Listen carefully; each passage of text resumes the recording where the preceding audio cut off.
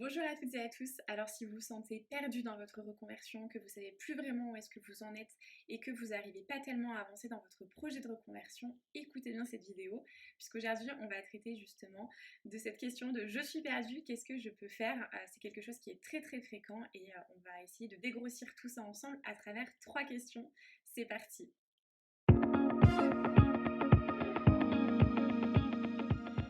Avant de commencer cette vidéo et de vous parler de ces 3 questions qui vont pouvoir vous aider, je pense qu'il y a un point qui est quand même très très important à se rappeler.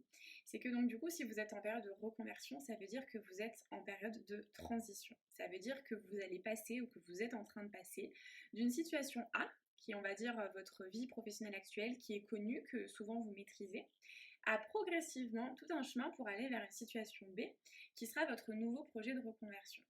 Et donc forcément, vous passez d'un processus qui est connu, d'une vie qui est connue, à quelque chose qui est un peu moins connu. Donc c'est-à-dire qu'il va y avoir une période d'incertitude et on va se demander en fait un petit peu comment tout ce chemin va se passer de la situation 1 à la situation B.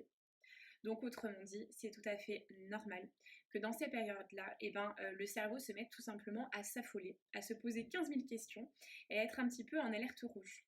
Il faut vraiment imaginer que dans votre tête, dans les pensées, les émotions, c'est un petit peu comme si la sirène s'agitait en mode qu'est-ce qu'elle est en train de faire ou qu'est-ce qu'il est en train de faire.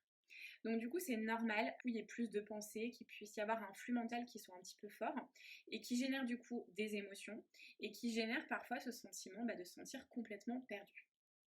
Alors, du coup, comment est-ce qu'on peut faire pour retrouver un petit peu de clarté? Eh bien, la première chose, ça va être de s'interroger en se posant une question qui est toute bête, qui est de pourquoi je suis perdue? Et même, j'irai même plus loin, est-ce que je suis capable de savoir pourquoi je suis perdue?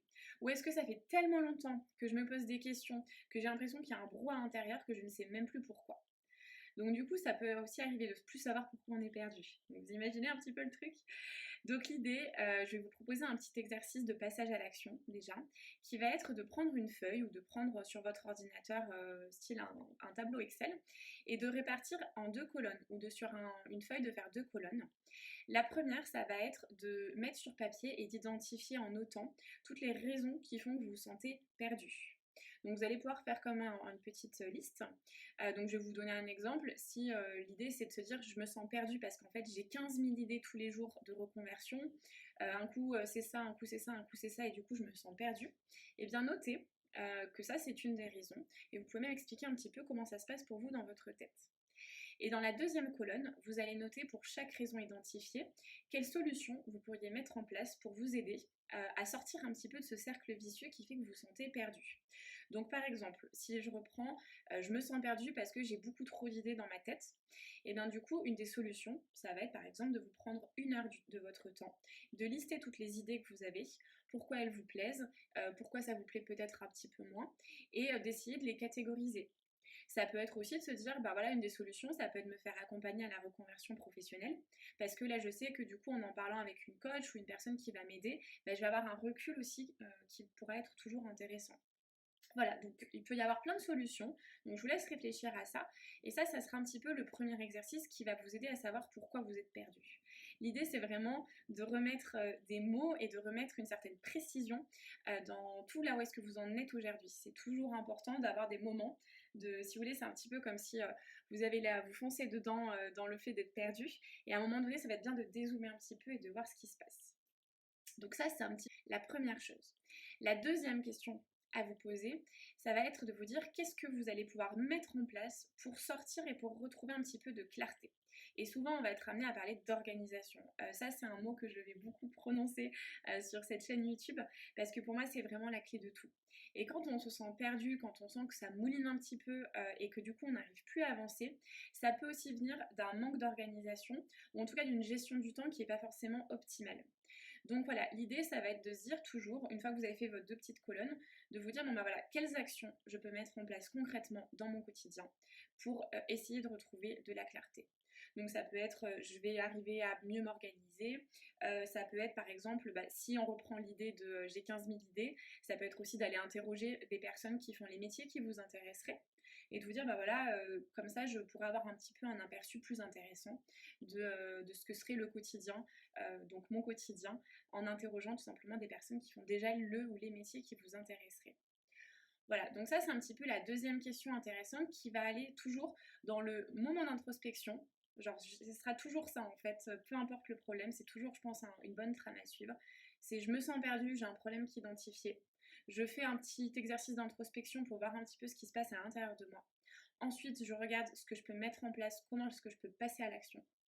Et ensuite, la troisième étape pour moi, et donc la troisième question à vous poser, c'est est-ce que c'est vraiment si grave que ça ou pas?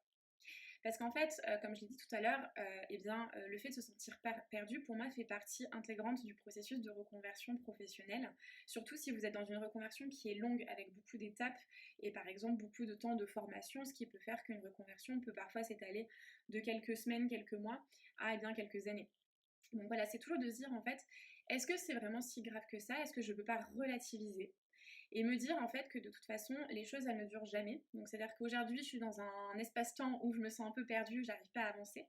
Mais peut-être que demain, ou peut-être que dans une semaine, dans un mois, ça sera différent. Et d'avoir cette confiance en fait, de vous dire que ça fait partie intégrante du processus et que ça va forcément évoluer aussi à un moment donné. En fait, ce que je revois souvent dans mes coachings avec les personnes que j'accompagne, c'est que souvent les personnes se prennent beaucoup la tête sur le fait d'être perdues et de se dire voilà, je veux trouver les réponses tout de suite, je veux savoir où je vais tout de suite maintenant. Et en fait, il y a une forme d'impatience et ce qui est normal parce qu'en fait, vous mettez votre cerveau, votre corps dans une zone d'incertitude et dans une zone d'inconnu. Donc forcément, il va y avoir le besoin de se rassurer.